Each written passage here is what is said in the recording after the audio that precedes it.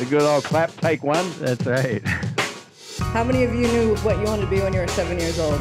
I did. I wanted to be world champion. Hey, is there honesty involved in this podcast? Can we be honest? You can shut your fucking lips.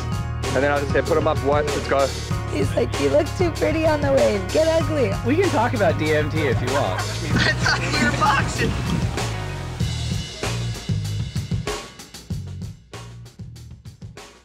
All right. So today we have the winner of the WSL North America QS Tour, a qualifier for the 2022 Challenger Series, and the pride of Virginia Beach, Michael Dunphy, on the lineup. Thanks for joining us today, man. Wow, that was an intro. Thanks for having me. Yeah, Dave. Stoked to be here. It's our honor. Well, we're going to dive into a lot of things, but first things first, how are you doing today? Where are you today? And who are you hanging out with? I am doing great. I've just packed up a big board bag and I am in Florida. I'm heading out to California tomorrow and going to Australia on Friday for all the Challenger stuff that's upcoming. So I've kind of had a crazy day. Actually, this morning I went flying in a little small prop plane that my friend / flight instructor takes me out in sometimes. So we did that. It was like a nice clean morning, no wind. So we flew around New Smyrna. And then I got back, went surfing, and I'm just packing up everything and trying to get my life together before I leave for a month.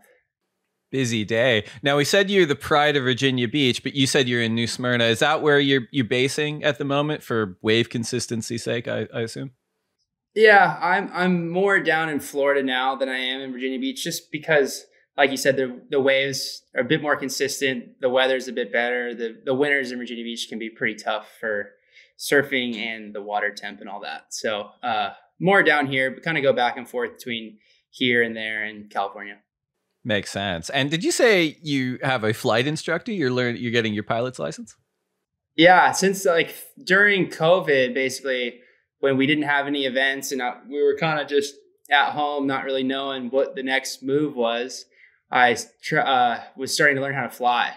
So it's been fun down here in Florida because, it's like super good weather and good for all that. And the whole goal of it all was to be able to fly myself down to like the Bahamas and like in the Caribbean because there's so many little islands with landing strips and just like go full surf adventure guy. So that's the goal with it. I haven't officially become licensed yet, but yeah, it's been fun to learn. That's insane. Yeah, I feel like a lot of like Southern California surfers were on that program in like the 80s and 90s with Natividad. That was kind of or Baja, like that was kind of the program. But that makes a ton of sense that you're close enough to those little zones down in the Caribbean where if you see something pop up on the charts, it's like, well, cool. I can hop in a plane and get down there. I don't have to go through the whole process. Yeah, I mean, that would be like the ultimate adventure surf feral guy, just to go down there and try to like, because there's so many little islands and there's not ton of surfers, and just to be able to fly around and like try to find ways to know people, it would be amazing. Very cool. Now, we talked about the 2022 WSL Challenger Series, which commences on May 7th with the Boost Mobile Pro Gold Coast at Snapper Rocks. So former CT stop, Magic May on the Gold Coast. You mentioned you're heading out there on Friday. And you've had a lot of stuff to do on the East Coast. You're going to the West Coast next. How do you prepare for the opening event at such a premium wave? Like, is it board prep? Is it, physical prep, sports psychology? And just, I guess on the wave side of things, like if Snapper Rocks is firing, it becomes a very, very unique qualifying event, maybe the most unique qualifying event we've ever had. So I'm curious to see if you've had anything different going on in the lead up to this first event. Yeah, I mean, really just like insanely excited to get to the Gold Coast. Like you said, Magic May over there. I've been talking to Mitch Cruz and Stace Galbraith and those guys, and they said the bank's amazing and all that. So nothing has really changed as far as getting ready for the event. Like I have a ton of good surfboards from Mayhem, Lost Surfboards, and they have like, it's so dialed in for all their stops and from the past guys riding boards and winning heats at Snapper. So I feel like on that front, pretty dialed in. And then as far as like the physical and mental stuff, just kind of just trying to stay sharp with that, but not trying to overthink it and maybe, if you will, like over prepare in a way that's going to freak myself out. Because I think we've all been guilty of that in the past. You get so psyched and so into these events here and there. And then it's like, you can only do so much in the preparation, I feel like. So just trying to keep it simple and enjoy my time over there. I'm just excited to go over there really and get a ton of waves. Makes a ton of sense. Now, let's talk about the regional qualifying series, because over the last couple of years, we've launched the redesign of the tours and competition framework, where in the past we had kind of two tiers. It was the championship tour and the qualifying series, within which there were a bunch of tiers in terms of events. And now we've got three. We've got the championship tour, which is where surfers compete for the world title. We have this new challenger series, which is an 8-event series, and surfers are going to be ranked off their best 5 results out of those 8 events. And that's sort of the stepping stone to the championship tour. And to get to the challenger series, instead of traveling around the world, you're competing in your respective region. And hopefully that helps on the expense side of things. Hopefully that helps on the amount of opportunity you have side of things. But I'm curious to get your take, having just won the North America Regional QS, about that experience. And the other thing I'll say too is that, in speaking to our North America Tour manager, Brian Robbins, during a couple of these events, he said, oh my God, he goes, I've never seen events at this level be taken so seriously. Like, the intensity's ramped up. Everyone understands that they have this achievable goal that they're battling for, which is to get to that next level on the Challenger Series. So I want to get your take on that, if that's accurate or not, and how your experience was this season. Yeah. I mean, it was a crazy competitive little couple month patch of events. And I was telling someone the other day, like, it used to be like the smaller events, you could kind of rock up and, you could maybe not be as sharp and as prepared and kind of get through heats and find your way in the quarters, semis, or something like that. But these days, everybody takes it really serious. There's coaching. There's people are just dialed in, and like, you can't really, there's no easy draws, even in the per se, like, smaller events, like, some of the regionals were. And it made for a really competitive, really exciting, because the rankings kept shifting. And it was almost felt like to me of years past of like a tour, like the real QS qualifying and getting in that top 10 for the world tour. So it was fun to just kind of get pushed by a lot of the guys. Like, there's a crazy good crop of American surfers coming up right now, like with Crosby, Cade, and Evans always surfing amazing, and like Cole Hausman. And so there's like a really deep talent pool. So it was fun to be a part of it. And then we had the event in Barbados, and like, of course, that wave at Super Bowl is I think Kelly even says it's like one of his favorite waves in the world. So the quality was there, and like, we got good surf for the event. So it was like a really fun thing to be a part of, to be honest. Yeah. Now, you mentioned in one of those interviews that you actually had a little bit of trouble getting motivated at the start of the year to have to fight to get a spot in the rankings for the Challenger after barely missing your spot, last year. And actually, it's been a few seasons where you've come very, very close. I think your results, and heat check me if I'm wrong, 17th in Morro Bay, 3rd at the Cabaret Pro, and then back-to-back wins at the Ron John Quicksilver Pro, and then in Barbados. Is that just the idea that you were a little bit struggling in terms of motivation at the start? Is that fair? And if so, what did you do to kind of navigate that? Because you had a hell of a run there through the back few events. Yeah, I think you nailed it. I definitely, coming really close in Hawaii last season, basically needing to make a few heats or whatever it was. And like, I was pretty burnt out. I think I was burnt out mentally, and I was kind of like coming into the new year, not super excited as I had maybe been in the past to like go and run after these events. Like, I didn't go to the one that was in Pismo to start this season. And then the Morro Bay one, I was actually staying at Griffin's house in San Clemente, and I like drove up there the day of the event. And like, I still was not like, I don't know. It took me a little bit to kind of like, all right, I'm going to have to like fight for this spot again, because it's not just going to get handed to me. So I think it took me a little bit to kind of accept that I wasn't just going to get put into those big events based on whatever in the past. So I had to like maybe swallow my ego a little bit and be like, I got to fight from the ground up to get there again. And yeah, I mean, once I lost, like you said early in Morro Bay, that was like, okay, so you can't just like roll up and stay at Griffin's house 5 hours away and then think you're going to win the contest, like no matter where you are. So yeah, it took me a little bit to kind of get the gears going. And then, yeah, kind of just snowballed from making some heats in Dominican to the rest of them. That makes a ton of sense. And as we kind of said, you know, you're 31, you're a young man, but you've been battling for a spot on the CT for a long time and coming really, really close. And in a lot of instances, you've outperformed surfers either in free surfs or, you know, video parts or at QS who end up on the CT. So it all makes sense that it's like, oh my God, like I want to be where I've been, which is one step away from the CT. I don't want to go back to this lower tier system because there's maybe some ego involved. But at the same time, as you said, there's this new generation of kids who are hungry, who are coming in fresh. And that's another thing that you have to contest with. But it sounds like you navigated that in pretty quick order after the Morro Bay event, because again, it's like a third in Dominican and back-to-back wins. That's really impressive. It's not easy to even get through a heat at the QS level, let alone perform that well.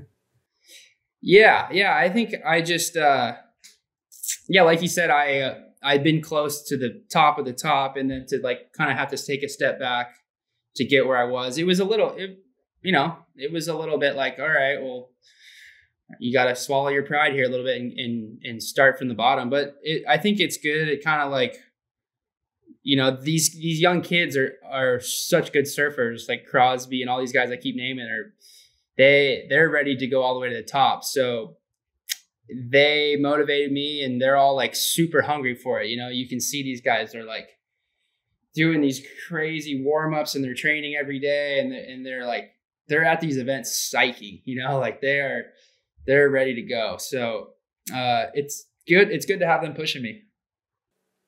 And just in terms of the arc of your career, I'm curious, you mentioned, you know, picking up sort of new interests during the pandemic where like everything shut down, right? Like in 2020 was essentially a non-season for the WSL on most levels. 2021 was like kind of a hybrid year where we were instituting these changes, but they weren't in full flight. And this year is kind of the first one. In terms of your own career arc, was that down period, did you consider, you know, maybe not competing moving forward? Did you consider other career avenues? Because there was just so much uncertainty at that point, I think, in surfing at all levels. Yeah, it was weird. Like as soon as COVID canceled everything, right after the Sydney event, which was, I had gotten third in that event, and that was like the first challenger of that year. Right. And so I was in this mindset, like it's on, this is the year. Got third the first one. Oh, this COVID thing, I didn't know, like, oh, maybe it'll be a month and then we're back at it, you know, like we didn't know what was going on. And so I came home and I was like fired up, like started training every day at home, and I was just like, it's on. And I was like, it's going to come back and it's going to be on. And then, you know, it started to be 4 or 5, 6 months, and we didn't really have any events on the schedule, and like everyone's trying to navigate what was next. And I kind of maybe like lost a little bit of motivation because I was like burning the candle so hard at the start of it. And so I think like basically it was a year and a half from the Sydney event until the fall of last year when we had those 4 challengers that really was like something of magnitude that really was to qualify for the tour. So I went through a lot of different mindsets, and like, I don't know, it was tough to navigate. Like I didn't know, I don't think I ever was like, oh, I'm not going to do it anymore, but I was maybe uninspired at some points and kind of aimlessly surfing and not like having something to strive for, like I've always known in the past. So it was a new path. And yeah, like you said, I picked up different hobbies, trying to learn how to fly, and did some traveling a little bit locally, surfing. And it was nice to stay home and reset too. But yeah, it was just like for everybody, it was tricky. Totally. It reminds me of something that I think like Brett Simpson said years and years ago when he was on tour, and just about like how you apply your energy throughout an event. And he was saying, you know, the CTs are hard because if you just don't know when you're going to surf, right? In the sense of like, you're going to go out when the waves are the best in that window. And that might be on day 1. It might be on day 10. And you just have to be like primed to go the whole time. And he was saying, at a QS event, there's a set schedule more often than not, except for, I guess, for those events that have the window. But he's like, I know that I'm going to surf at 10 o'clock on Wednesday, and I can gear up 3 days in advance so I'm peaking at that moment. And it almost feels similar to that 2020 season, as you said. Like, you go to Manly, you get third. We think COVID's going to be 1 month and then done. So you're just you're chomping at the bit. And it wasn't. And I remember, because we were working it out on the inside on our side about what we're going to do with the season. And it was like, we never got to a point where we said, okay, we're taking 6 months off, or we're taking a year off, and everyone tools down. We'll reassess at this point. It was like every few weeks we're like, it's going to be another month off. Oh, it's going to be another month off. And it was just, and as you said, it's like your energy is just like, oh my God, I'm burning out because I just want to get back to it. And, in hindsight, had I known it was going to be 12 months or 18 months, I would have just like powered down, relaxed, and then sparked back up when it was time to go. Yeah. It was hard, right? Like you said, because there wasn't that hard date. Like, okay, it's a year away, so I'm going to chill for 6 months and then I'm going to get ready, So I think I over revved when I came home just off that high of that result. And I'm like, I remember asking my neighbor when I got home, like, how long do you think this is going to take? And she's like, oh, I think probably like a month, and then it'll be, like nobody knew. We just, right. It was so hard to navigate all that, but it worked out. Now, as we said, like, you've interacted with elite level surfers, both at a performance level and I think just at a friendship level, if I'm right. So I'd imagine that you're still in pretty close communication with a lot of the surfers on the CT. And I imagine you're paying attention to the championship tour. Margaret River, we're recording during the Margaret River window. Have you been watching? Have you been talking to the surfers, on the other side of the planet? And what are your thoughts about, at least a third, although I think I read somewhere that like 37 CT surfers have signed up for Snapper Rocks, which actually doesn't surprise me. But a good chunk of them are going to be coming into the Challenger Series to kind of meet you in the middle along this sort of 8-event tour. How do you feel about all that? Yeah, I think it'll be exciting. There's a lot of talk. People say, like, should there be allowed to surf it? Should they not? I mean, I believe that they've earned the right to be able to surf any challenger event, any of those events they want. Because if you want to be there, you basically got to beat them, compete with them, and do all that. So it's exciting to see Kelly. I think Kelly was in the draw. I talked to Brother this morning. It sounds like he's going to do it. I don't know about Griffin, but yeah, there's a good chunk of guys that are coming to do it. And I think that's just exciting to me to be able to compete against those guys, and they push you, right? Like, just having them around the event, and that's all where we want to be. So I think it's all great. That more the merrier, really, just to be able to have those guys around pushing you and learning stuff from them along the way. Yeah, I've heard that argument too. It's never made sense to me where people are like, well, no, we should have like there should be no CT surfers at the qualifying level, and we should be able to like perform against each other and qualify kind of unencumbered. But I've always thought too, and it's not like a new thing, because surfers have double dipped on the QS and the CT since 1992, basically. And I've always been of the opinion of like, no, look, you're going to have to like surf against these surfers at some point. So you may as well have to get through them at whatever level it is to get there. It makes sense. And I'd imagine that perspective, which you seem to share, is something that was developed just basically where you came from. Like, you came from Virginia Beach, and you probably just were like, look, if I want to be the best, I have to surf against the best. Like, constantly having to kind of push and find, new talent to sharpen yourself next to. Yeah. I mean, that's basically how you get better, right? And they say iron sharpens iron. Like, whenever I go to California and I'm able to stay at Griffin's house and surf with him, and Brothers right down the street, and those guys are you see how serious they take it and how into it they are. Like, I remember we went to Salt Creek like a month ago, or it was before Griffin went to Portugal when he won the event. We went down to Salt Creek, and it was literally waist high and closed out and windy and terrible. There was not one person out, but Griffin was down there with 4 boards, like trying all these boards, and we could barely even like get down the line and like fit more than one turn. And it's just cool to see those guys approach and how serious and how into it they are, you know, and they just love surfing just like I do. And it's cool to just get pushed by them. And I think having them around any of the events that we do is just better for us and better for the sport. I like it. We're going to take a quick break to get a word in from our sponsors. And when we come back, we're going to wind the clock all the way back and learn all about Virginia Beach. So we'll be back in just a moment. All right. So we've mentioned Virginia Beach a couple of times. For our listeners here in America and around the world who have maybe never been there, certainly never heard of it, explain to them what Virginia Beach is like and what is the community like and what was it like growing up there for you? Okay, wow. Where do I begin? Virginia Beach is like summertime, it's like a tourist trap. Maybe think of Daytona Beach or like a surfer's paradise with just high rises and a boardwalk and a flat ocean. There's not much waves there. But the local community is strong. Of like, there's a ton of surfers. We have the Outer Banks an hour and a half away, and we get our fair run of good waves in the fall and the springtime. But Virginia Beach notoriously is known for not having much surf. But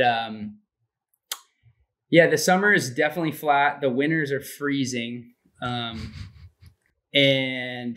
so it was tough growing up and being like a frothing kid wanting to surf and watching movies and then trying to go out and surf in the winter at home. It was kind of shocking, but it's a great place.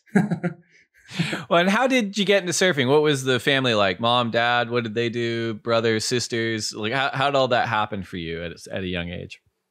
Yeah, my dad picked it up late. We moved to Virginia Beach.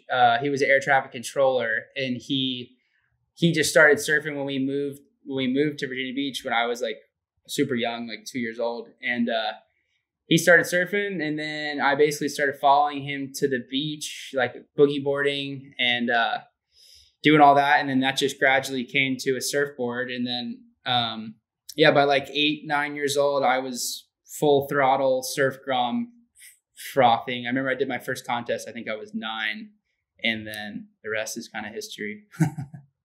And what was the scene like? Because there's been other excellent surfers that have come out of Virginia Beach, which on the one hand is surprising because of the challenges you mentioned, just in terms of consistent waves.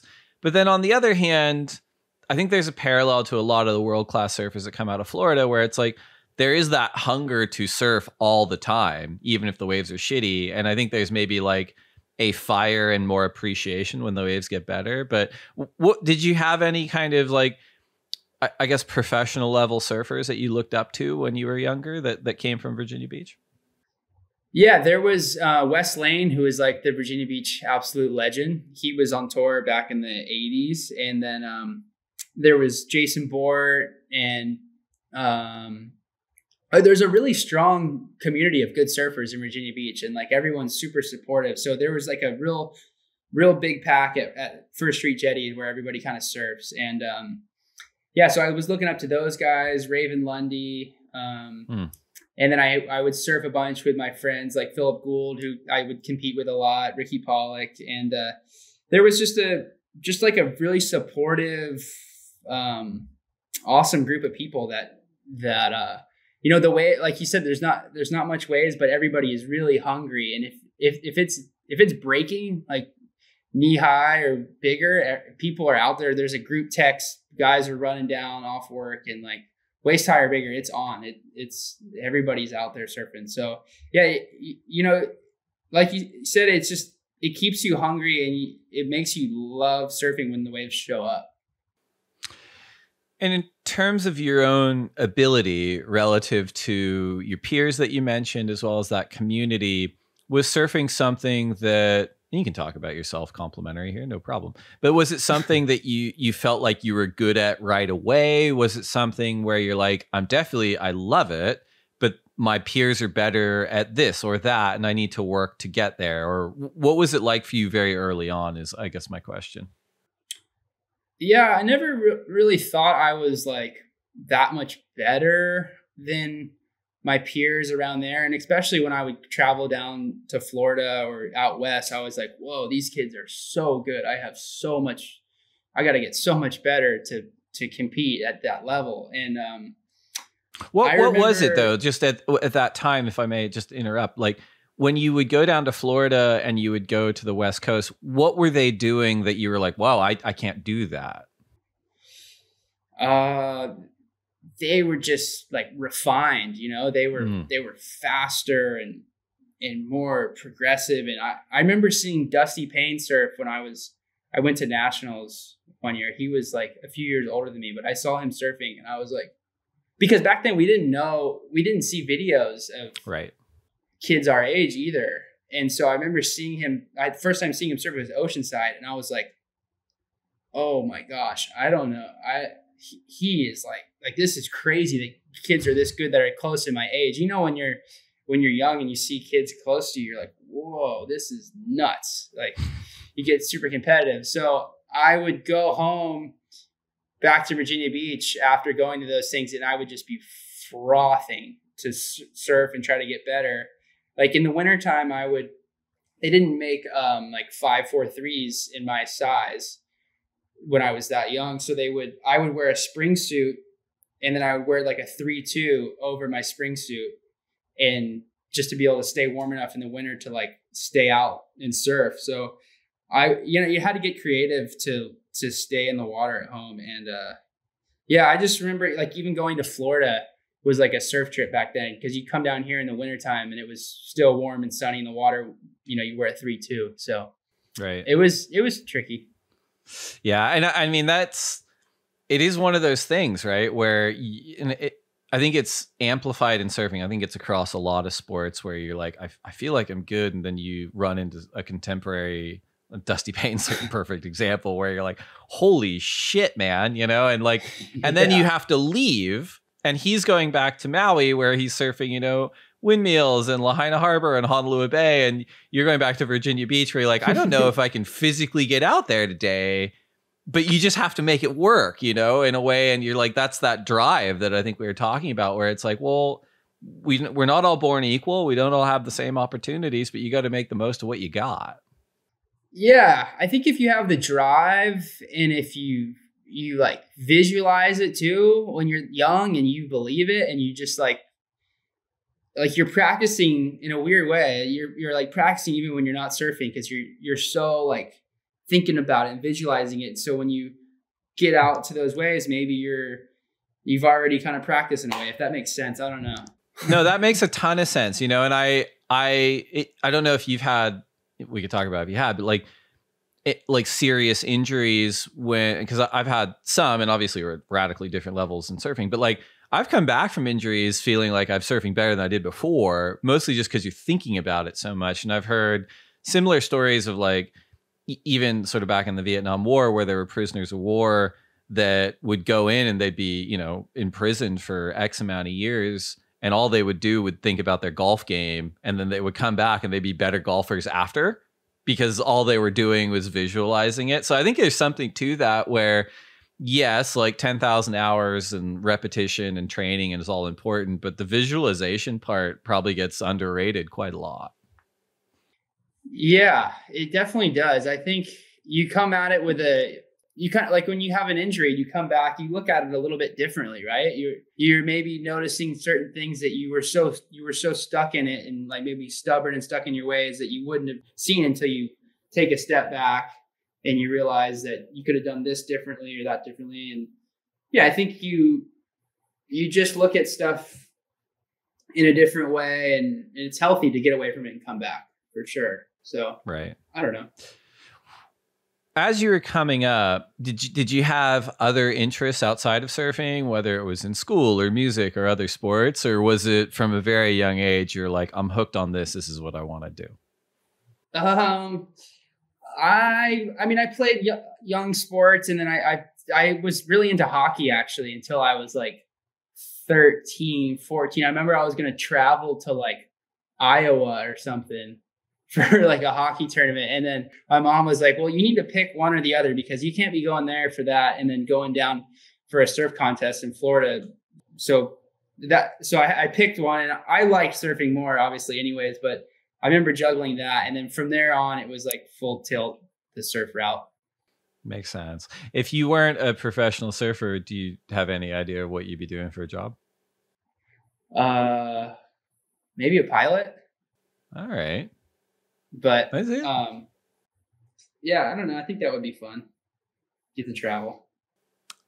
Taking a look back at your career, just on the QS, like you've been doing really like a serious amount of QS events, probably since at least my records, like 2011, you're doing 8 events. And then from then on, it was, you know, in the teens, 14 events, 17 events, whatever it was. How did sponsorship come into your life? I'm assuming it was before you started doing, you know, multiple QS events, but what were some of those early sponsorship experiences for you, and who were some of your early supporters? And I guess depending on the age, like how are you interpreting that? Were you like, oh, this is cool, I'm getting free stuff? Or were you like, wow, there's money coming in and this is like a job now? Yeah, I remember my first sponsor, Brad Harrell, who was the Hurley rep right when they started. I was 9 years old, 1999. And he came up to my mom at a surf contest. And he's like, we want to sponsor Michael. And she's like, oh, what does that mean? Like, and then he started like giving me free clothes and whatnot. And then she noticed like other kids in the community started wearing Hurley too. Cause she's just like, oh, the sponsorship is working. This is weird. I never, that was how it works. So, I was with Hurley, for a long time, and the sponsorship thing was, I'm super grateful for all of it, right? Like I never really could imagine being sponsored when I was really young. And then it just kind of like went from one thing to the next. And then always just have tried to make myself like valuable to them, whether that's in contests or like going and doing trips or spending a bunch of time in the water locally. But yeah, I don't know. It's been a fun ride now with Quicksilver the last like 8 years. And yeah, it's cool to see people grab onto like what you're representing and see that marketing works.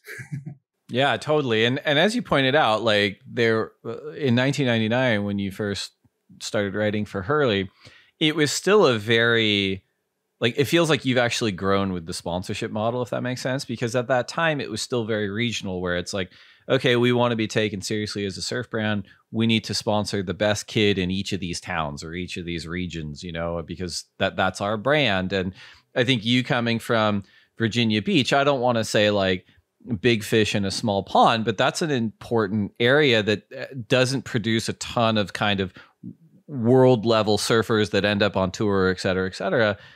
And so you coming from that area seems like it made sense at the time. But as I said, you've had to develop as a professional surfer to the point where it's like you are internationally known now. And that seems like it's almost the only way to kind of get sponsored these days. It's not so much well, I'm known in my hometown. It's like, well, what's your global presence? It seems like that's what sponsors are interested in these days. Yeah, it's tricky, you know, because if you're a big fish in the small pond and you have a good relationship with the core accounts there, and like they do big sales in your region and you really rep your region and you have value there and you're in the community every day and in the water every day, I think that still holds some weight to the brands, you know, because they can see like a direct correlation to the sales from those accounts in that region, instead of just being a straight international guy where maybe nobody totally grabs onto you. I'm not sure. And then there's the whole Instagram thing with the insights and all that stuff is a whole nother beast nowadays. So it's tricky, I imagine, for the sponsors to navigate like what they think is the most valuable and who's worth what, because you got a guy maybe locally who's huge in his region and he gets a bunch of clicks and he's got followers or whatever that may be. But there's another guy who's got less followers, but he's a bigger international name and maybe a better surfer per se. So I imagine being a marketing manager right now would be tough to like decide what's worth more, you know? It's interesting too, because this is a topic that comes up a lot in these conversations, and it's something that happens a lot in America and it happens in Australia, et cetera. But I I think something has been lost by not supporting those like local regional surfers, and for them, staying close to home, not for the whole year, but just to develop their own unique styles and their own unique connection to those communities.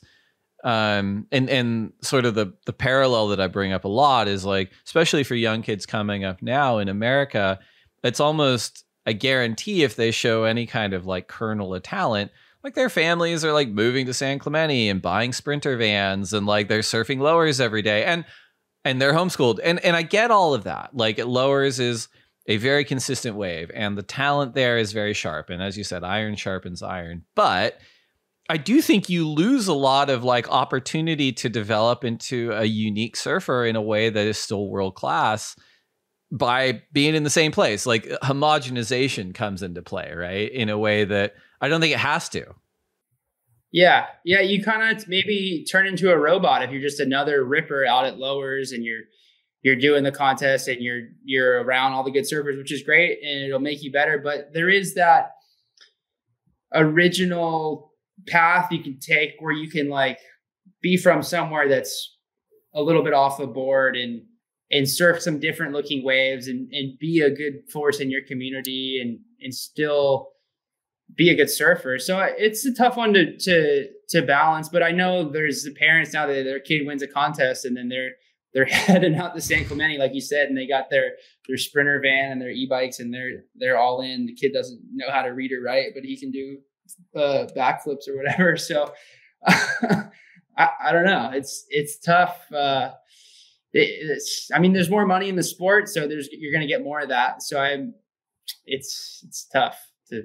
I guess so. I do think it'll be interesting to see how it bears out, because that phenomenon of like everyone's sort of congregating in the same space and surfing the same, and there may be a ceiling to that, like in terms of elite level performance, and we'll see how it bears out on the CT moving forward. But if you take a look at the title contenders on the men's and women's side over the last several years, it's not overrun with kids from San Clemente. You know what I mean? Like it's like a mix of people from different parts of the world that had developed into their own elite level surfers. Going back to, your time on the QS, since you've been doing it for a number of years, did you have any particular waves that you felt like you always performed better at, whether they were beach breaks or point breaks or even in certain countries? And then did you have places that, seemed to give you trouble every season, or was it just a mixed bag for you over the course of those years? It's a good question. I think I've always seemed to do well in Australia. It kind of feels like home to me, like East Coast style, like beach breaks, and it feels right when I'm there. Everybody's super friendly, and I've always seemed to just kind of gel right with Australia. And then I've never really done well in Europe. I don't know. I've been there a bunch of times, and it just I don't know what it is. I thought last year was going to be the year, and so that one's been tough for me. But that's got some East Coast energy. It's the same ocean, Atlantic Ocean. It's Atlantic Ocean, but it's the West Coast, so it feels a little different. I don't know. Sun's in the wrong spot, the wrong time of day. Yeah, it throws me off. But no, I don't know. I feel like I've been able to do. Australia has been my favorite. People ask me like, where's my favorite place to travel and compete, and I always come back to Oz. Yeah, it's a good spot. One of the things about being from Virginia Beach, it is home to one of the longest running surf events in history, the East Coast Surfing Championships. And in 2014, you became the first local to win that event in 33 years, I think it was. I think Wes Lane was the one who you mentioned, but it won it back in 1981. Did you and your friends burn the town to ashes after you won? What was it like? It must have been a big deal in Virginia Beach. Yeah, the town basically went to ashes, to be honest. My friend, Mike Shermer, he owns a bar. It was called The Box. It actually just isn't there anymore. RIP. But I won the event, and it was somehow crazy. Like everybody from the town was on the beach. I wasn't even really I was so caught up in the heat and stuff. I didn't even know it. I came in and there was like 100 people all trying to fight to to lift me up. And it was pretty funny. Like my friend Kersey is like, got me, and he's like they put it on the front of the newspaper the next day, and he's got like his tongue out and his shirt off, and he's like, like holding me up. And he's like, I made it. But no, my friend Mike, he turned his bar into an open bar. So anybody who came in, it was just open bar for the night. And actually Jason Bohr and Brad Beach and all these local guys came, like it was like late at night, and they came and like showed their respects. It was pretty cool. And then a couple of my friends, I won't name them because you probably know them, they ended up going to jail that night for being drunk in public. So they like FaceTime you from the courthouse in the morning, like, we need to get picked up. So yeah, it was it was really cool. It was one of my favorite memories from surfing for sure. It sounds like you might not be allowed to win that event again. I don't know if the town could withstand it. It was just yellow tape around all the bars. That's right. Yeah, everyone's on lockdown. Yeah. The QS isn't the only place where you've had success. You know, you've in 2021 you had a wild card into the Jeep Surf Ranch Pro, and you had a taste of what it was like to compete against the CT class, and you did pretty well. What was that experience like compared to the QS? And one thing I want to get you to litigate whether this is right or wrong is one phenomenon I've noticed over the course of my 17 years at this company, and I guess as a fan, probably closer to 2 decades, but it does feel like there's a pretty big disconnect at times between the level of hype around surfers at the QS level and just the reality of the speed and the power and the talent at the CT level. And there's so many examples where it's like, oh my God, this person is going to change the face of global surfing, the amazing young person, they're on the QS, they've qualified, and they get to the CT and they're just getting belted by relatively like lesser known surfers, you know, because the CT is no joke. Is that, do you think that that's true? And has that been your experience, just kind of being fluid inside and outside of these two levels?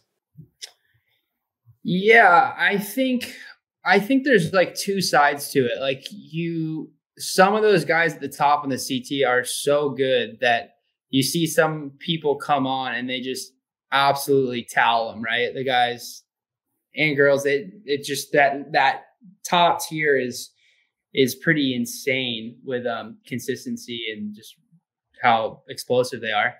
But then you see some guys and girls, they jump on tour and then look at a Morgan Siblick or who else did well that kind of jumped straight on. I can't think of the top of my head, but you see people who maybe struggled on the QS and then they jump onto the CT and it fits them better. Almost like Nat, I feel like Nat Young, the CT fits him better than the QS did. You know what I mean? Like, yeah, it's sometimes they just don't gel with the QS and maybe the 4-man and the beach breaks and stuff. And then they get onto the CT and they're like, okay, I got some open room here and just man-on-man heat. And I'm able to kind of show what I got more. And they're able to take that next level pretty easily. But I don't know. It's definitely insanely packed at the top there on tour.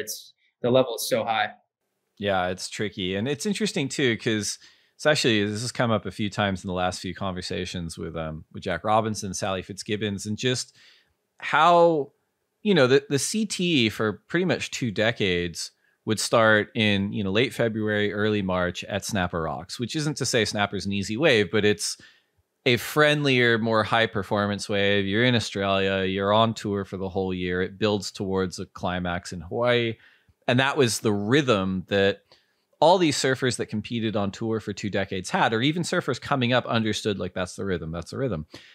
And then this year, now that we're in sort of the redesign full flight, it's like you're starting in peak winter in January at Pipeline, and that's like hugely disruptive. And I think we've seen that on both the men's and women's tours this year, just in the sense of there are surfers who are performing really, really well that we maybe didn't anticipate. And then there's surfers who we thought were going to be better that maybe aren't performing as well. And I do think that disruption in the schedule has been a contributor to that too. And I think that what we're getting at too, you look at some of the rookie class and on both sides have made huge inroads in terms of the rankings.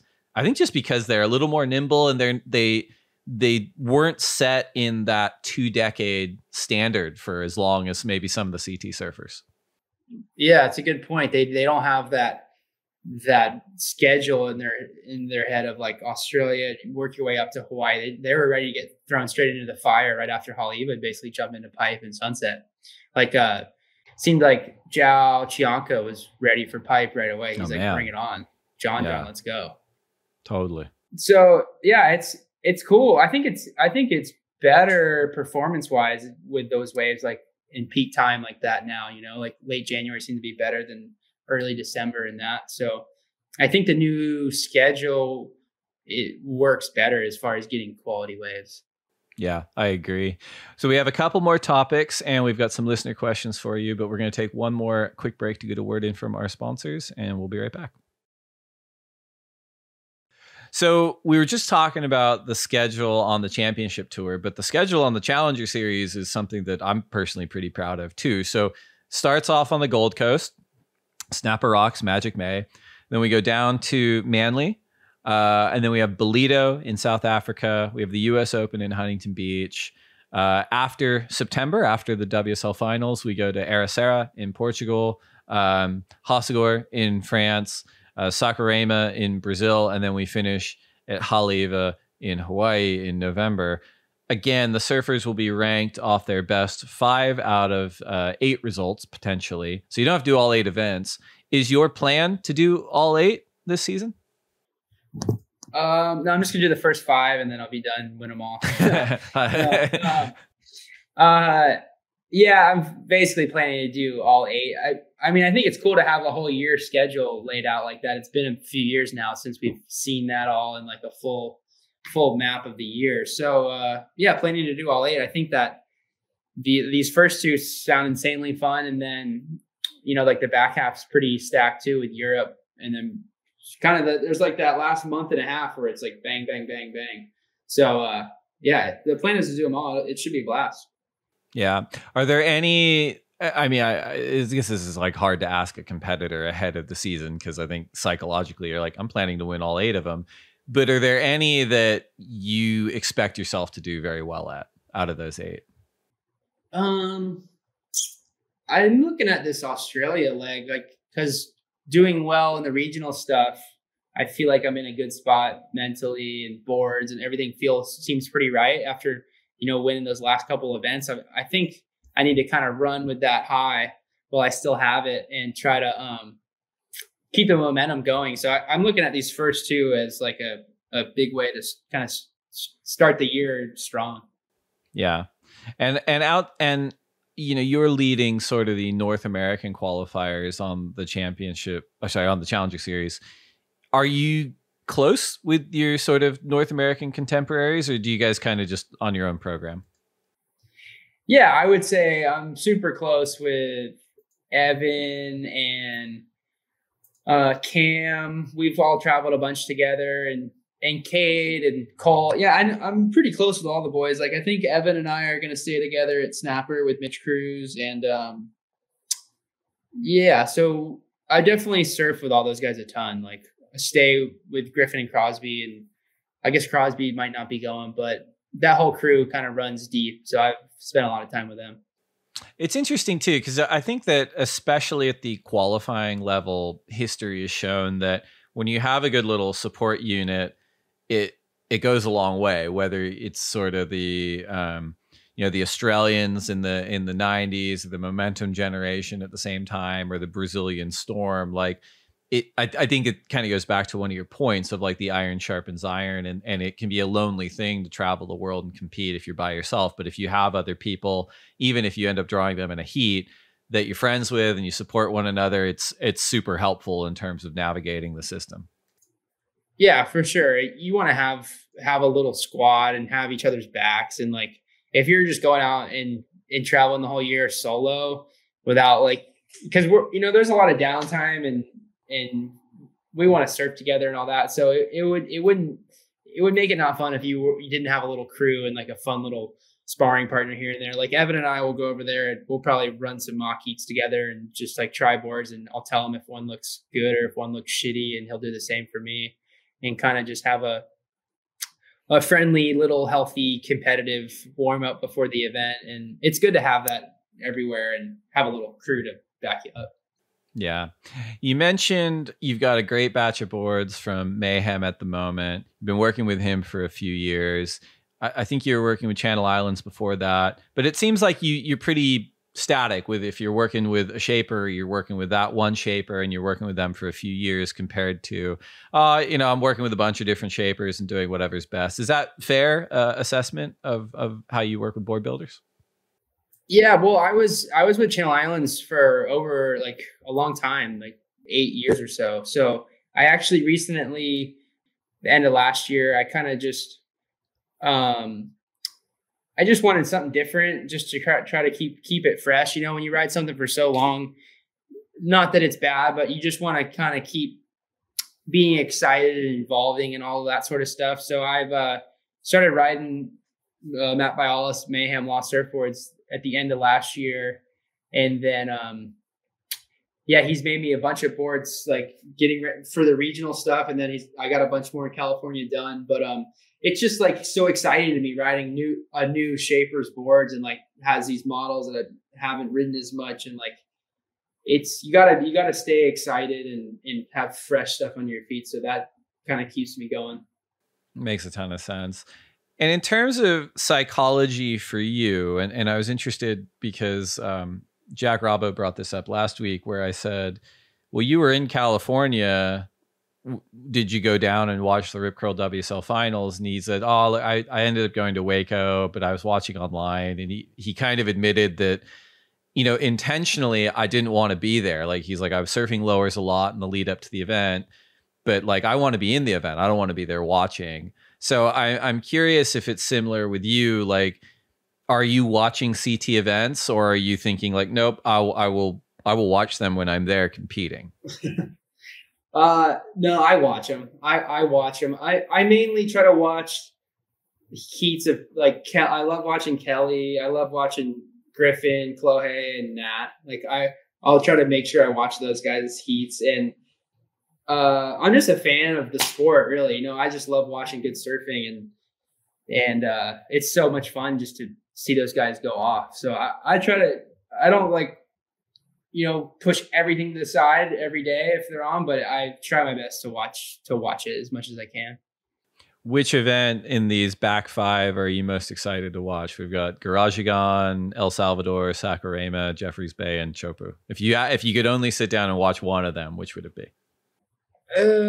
Probably G-Land, just because it's new and I haven't seen too much of that wave in the past little bit. So I think that it's cool to see them like on a new wave that's so good, to see their lines and all that. So I'm excited for that one. And Medina's coming back for that, right? Yeah. So Medina, before we started the Margaret River event, the WSL confirmed that Gabriel would receive one of the men's wild cards for the start of the 2023 CT season. So he'll have a wild card for the first 5 events next year.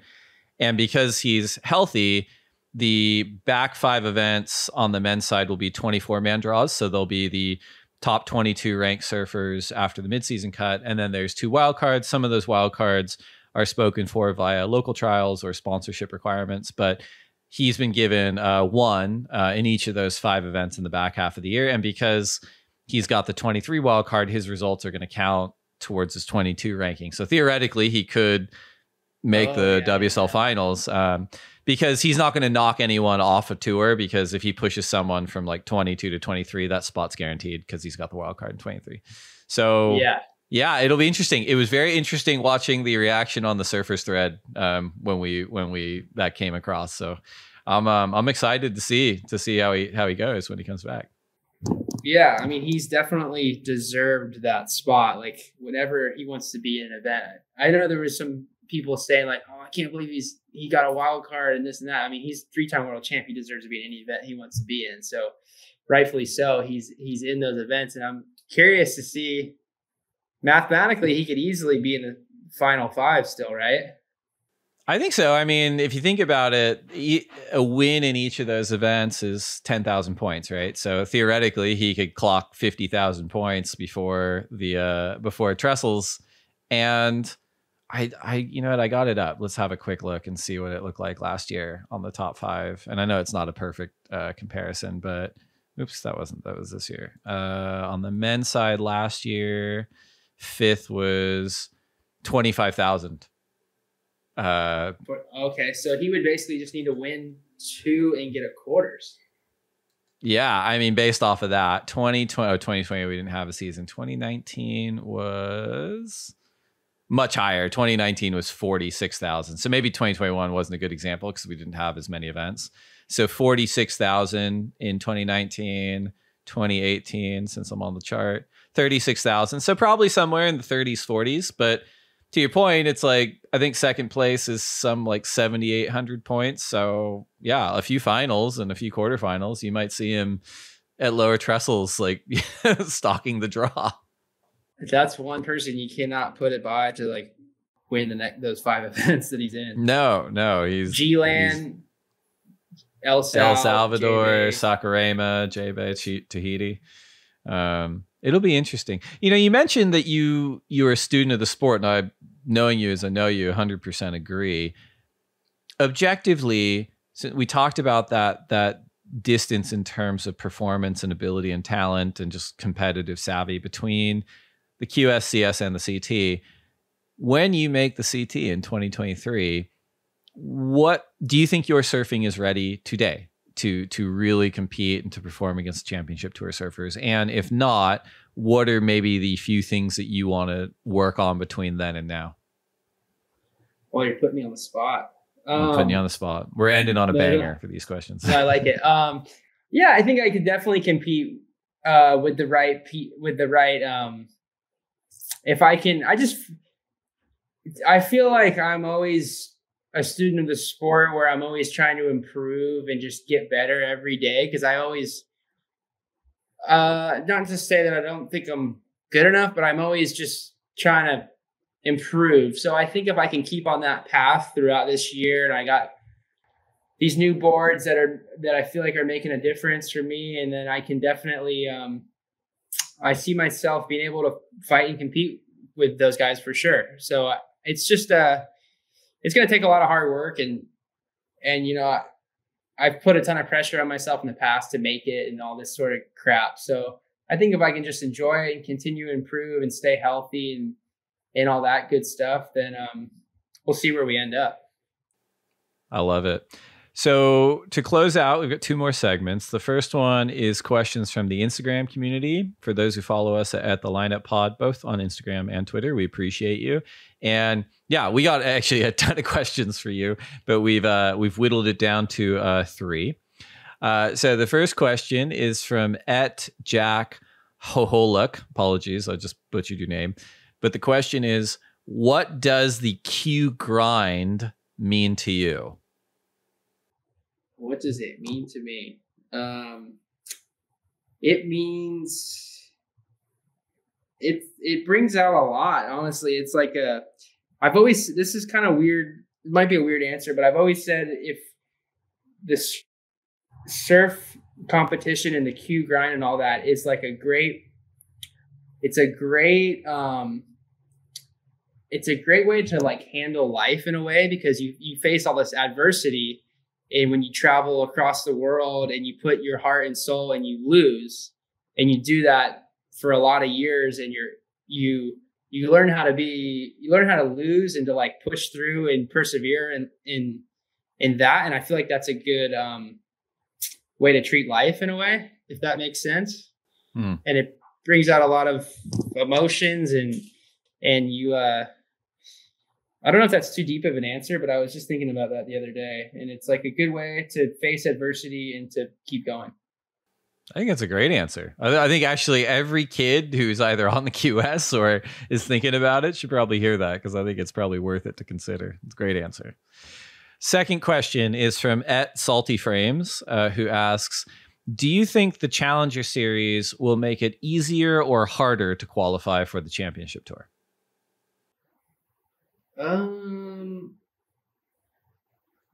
I don't know if it'll make it.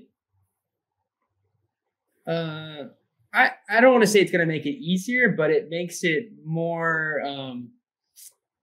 You have a clear roadmap on how to get there now, instead of like ping ponging. Oh, there's a 5,000 in Sri Lanka, and then there's a 10,000 over there, and like this and that. It makes it a clear sort of tunnel vision, if you will, like to be able to see it. And that's the only events to get there. And they're here, and here. So I think it makes it organized. I don't want to say it's easier because the level is insanely high. Yeah, I think that's actually a good way to think about it, where it's like at least the roadmap feels relatively stable and you can understand it, and ideally you're having confidence it's going to be there year over year, as opposed to, as you point out, where it's like, well, I don't know what I'm doing next year. I'm going to have to find out if I got to like fly around the world to get these events. At least you're like, well, I know where I get to go now. I think that's a good answer. Last question from the Instagram community that we selected is from @CoreyJamesWalker, who asks, what break is not on tour that you would like to compete at? So I'm going to make you answer both for the Challenger Series and for the Championship Tour for when you eventually get there. Okay. I think an event that's not on the Challenger that would be cool would be the Outer Banks. I think that would be a really good event for. I guess they have the Outer Banks Pro, which is like a 1,000, but that's kind of in Nag's Head. So I'm talking like way out near the lighthouse, like a big Challenger event out there. I think would be in the fall with like hurricanes and stuff would be really cool. Do you think it's reliable enough for that? I love the idea. I'm just, you're the expert. Do you think that we could in the fall just kind of point to a week or two and say, yep, we can definitely get contestable waves every year? Yeah, 100%. If you pick like first couple weeks of September, pretty much any week in September, you would 100% get contestable waves, and then in the hopes of epic really good waves. waves. Kind of like Sure. the New York. You remember New York event? Oh yeah. They got lucky. They definitely got lucky. But I mean, that's kind of that window of time when you could really score East Coast, and you saw how many people were there. It was pretty cool.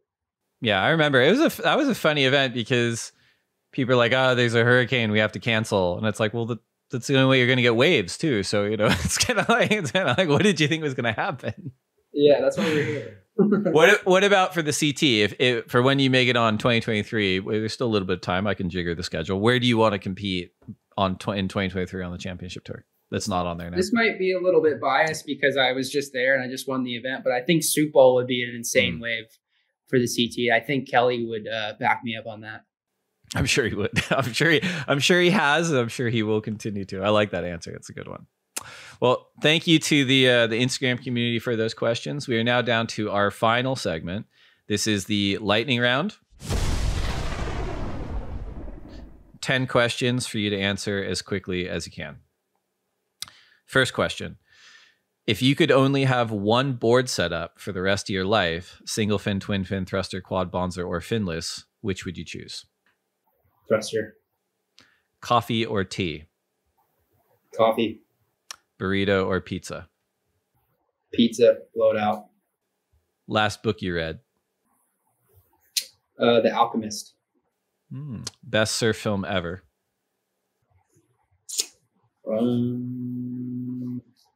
Mick Fanning, Lightning Strikes. One wave you never have to go back to? Newquay, England. Never again, please. If you only get to surf one wave for the rest of your life? One wave for the rest of my life. Lakey Peak. Best person to share a lineup with? My girlfriend, but she doesn't surf. I just drag her out on the longboard sometimes. That's nice. Worst person to share a lineup with? Oh, I got this. There's so many people. No, I'm just kidding. Worst person to share. Griffin. He plays dumb and catches the best waves and does the circles around me. I love that answer. Okay, last one. Finish this sentence. I will next achieve a state of happiness by... breathing. Man, I think that's a record-setting pace for the lightning round. Congratulations. Michael Dunphy, thank you so much for coming on the lineup. Congratulations on your North America QS win. safe travels to Australia and good luck on the Challenger Series. We'll all be watching. And yeah, man, I look forward to catching up in person down the track. Yeah, thanks, Dave. Thanks for having me. I appreciate it. We'll talk soon. Stoked. Woo.